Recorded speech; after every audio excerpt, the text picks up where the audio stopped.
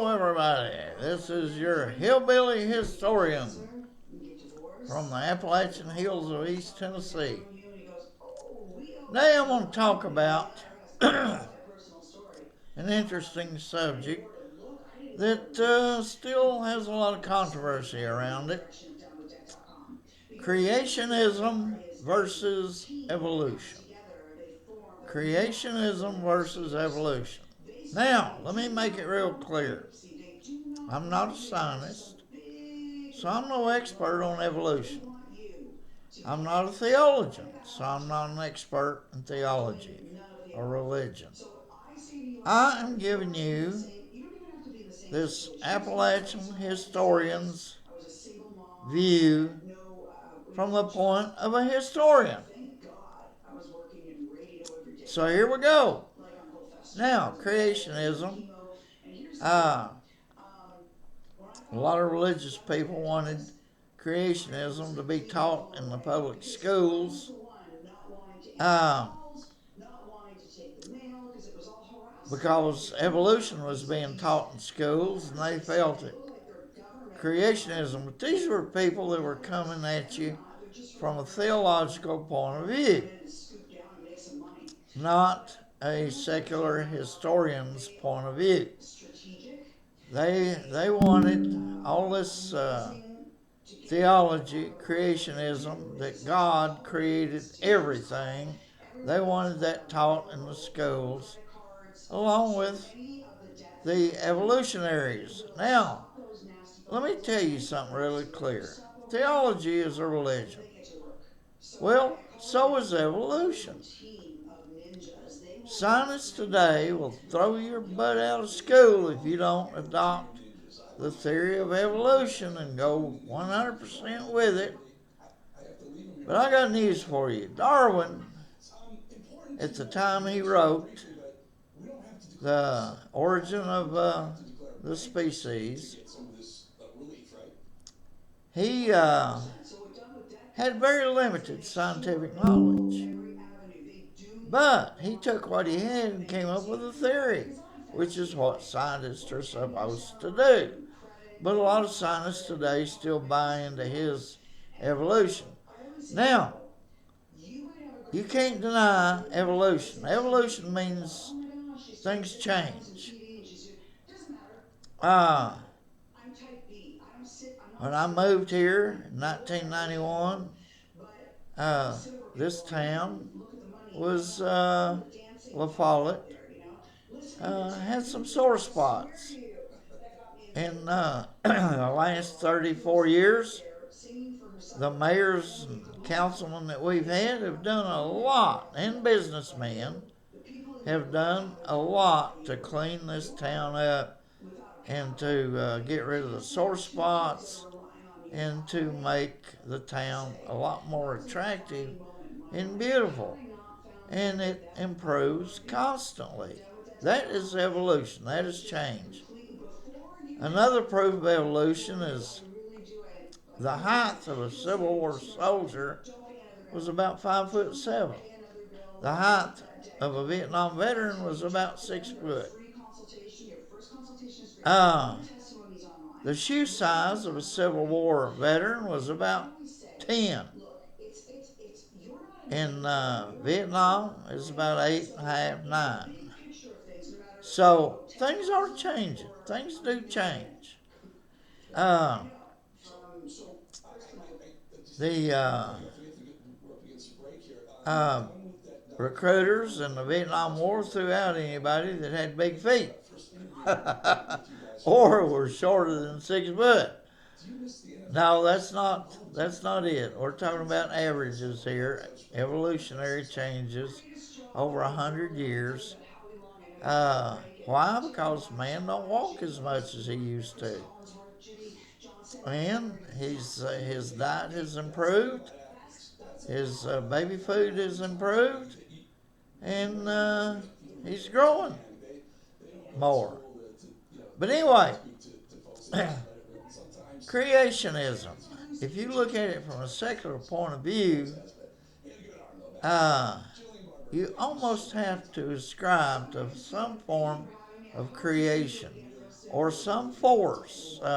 There's a theory out there called inevitable emergence, that if uh, the elements exist, they'll all come together in a proper form to create life. Well, I'm sorry. Scientists have been trying to create life in a laboratory now for over 100 years. They've never been able to do it. I don't care how many Frankensteins there are out there. They're not created in a laboratory. Life has never been created artificially, just like oil has never been created artificially. Natural gas has not been able to be created artificially. Now you can convert coal to oil, you can convert coal to natural gas, but you cannot create them from natural elements such as wood or flesh or something like that, so this fossil fuel theory is a joke. But anyway, creationism. If you study microbiology, you will learn that the DNA chain is so complex and complicated, enough time has not gone by for that to happen accidentally. This inevitable emergence idea means there's some kind of force out there that brings all this together, but we don't know what that is yet, if there is such a force. A lot of microbiologists believe in a creator because they are seeing things that are amazingly complex and amazingly efficient, like the workings inside a single cell. And you have billions of cells in your body. One single cell, what goes on inside that cell is absolutely amazing. And microbiologists are observing this, and they're saying, look, this cannot have come about by accident or by a slow evolutionary process. Even though the evolutionists try to justify it and claim that they are on the right track, but they're as theological as your religious creationist. But back to the complexity. You take an organ in your body, the eye, that can receive light waves, convert them to nervous impulses that go to your brain, and those nervous impulses result in comprehension and understanding and interpretation. Same thing with that ear organ. Can pick up sound waves, convert them to nervous impulses that go to your brain, and there they're converted into understanding and comprehension and understanding and interpretation. That is absolutely amazing. Now, most of the life forms, just about every one of them, came about during the Cambrian age, about 600,000 years ago, which Darwin could not explain. And Darwin did not have access to microbiology, and so he didn't know the complexity that is really going on. And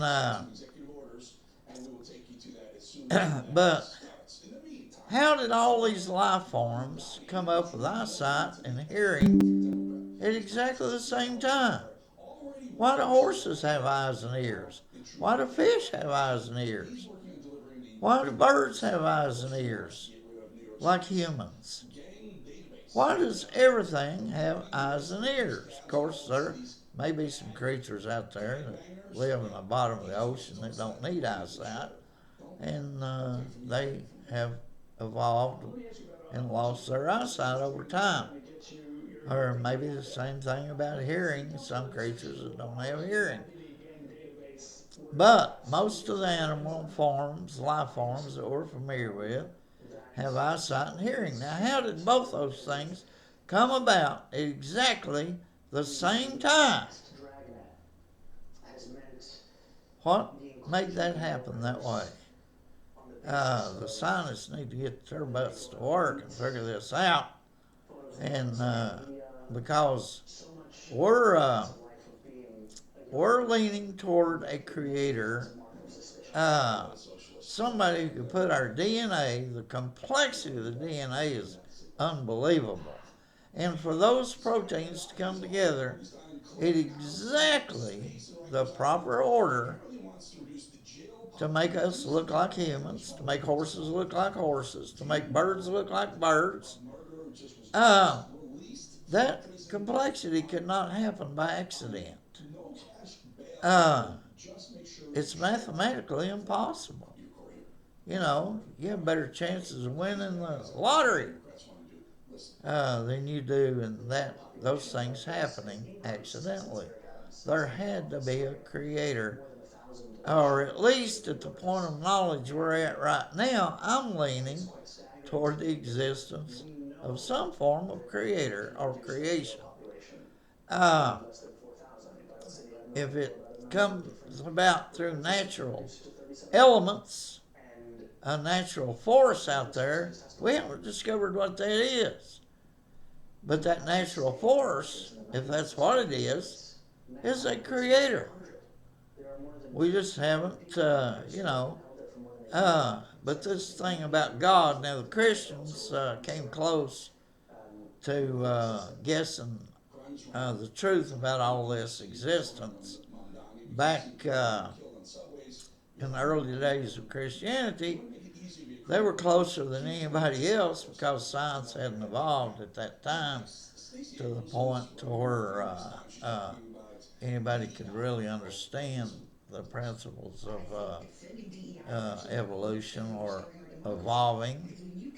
But the evolutionaries today, I don't believe they're going in the right direction. You know, they justify it, but they can't scientifically prove. Now you can prove that a man's feet are getting smaller. You can prove that a man is getting taller. Uh, but you can't prove uh, what how evolution created life. You just can't do that. It's in the complexity with which we understand life to be today. And we're discovering more all the time. We're studying. Our scientists are studying. They're learning. And thank God for white Americans, white Europeans, and the Orientals who are figuring all this out. They're working constantly to learn about our universe and our existence. And bless them. Give them a pat on the back. Because it's a struggle. New knowledge, scientific knowledge, is a constant struggle. I just admire doctors, medical scientists, and doctors so much. I admire astronomers. Their advancement of knowledge is phenomenal. Men like that, men like Elon Musk, uh, Bezos, the only thing he wants to do is impress his girlfriends. Uh, Elon Musk really wants to advance mankind into the future and is working to do that. Uh, we just need to keep the socialists, the Marxists, out of the way because all they do is they drag mankind down. Because they produce nothing, they develop nothing, they create nothing. They're fools. Uh, the Russians came up with very little while under the rule of communism. And the Russians are brilliant people. Some of the greatest writers on earth, Tolstoy and those people. Some of the greatest scientists on earth, but the socialists did everything they could to hold them back because they have to steal to have anything. They don't create, they don't produce, they have to steal. And we have to keep the socialist, Marxist out of the way. Mankind will advance in the future. We will learn the true answers to what created life, how it came about. We will learn the answers as we advance through this universe. Uh, we may one day be able to travel to planets and may be able to see life first come to fruition on one of these exoplanets. That would be phenomenal. And then we get hands-on experience how life comes about. Uh, but I stand behind the creators. They're not all wrong. I stand behind the evolutionaries. They also are not all wrong. Both are based on faith and religion right now. But if we can get the Marxist socialists out of the way, let the researchers advance the way they should, then we'll find these answers eventually. I probably won't live long enough to benefit from those answers, but I am benefiting from medical science. I am benefiting from astronomical science. Uh, I, my life is much better today than it was when I was a child, 75, 80 years ago. We, uh, we're improving, advancing slowly, and but I am real interested in this creationism, the complexity of the human life, the horse's life, the bird's life, my dog's life, my cat's lives, the complexity that drives that existence is amazing, amazing, absolutely amazing. But we're getting there. Uh, and a lot of microbiologists today are saying there has to be a creator. This stuff could not happen by accident. It's what goes on inside a single cell. So, you creationists and you evolutionaries, keep up the good work. Uh, keep driving forward.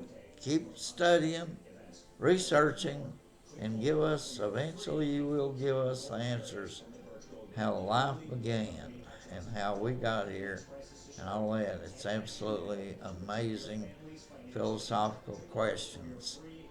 Uh, this historian is not a great philosopher, not even a good one, but um, I can see into where the creationists come from. I see where the evolutionaries come from. And you guys just keep up the good work and keep learning us. We got to learn constantly.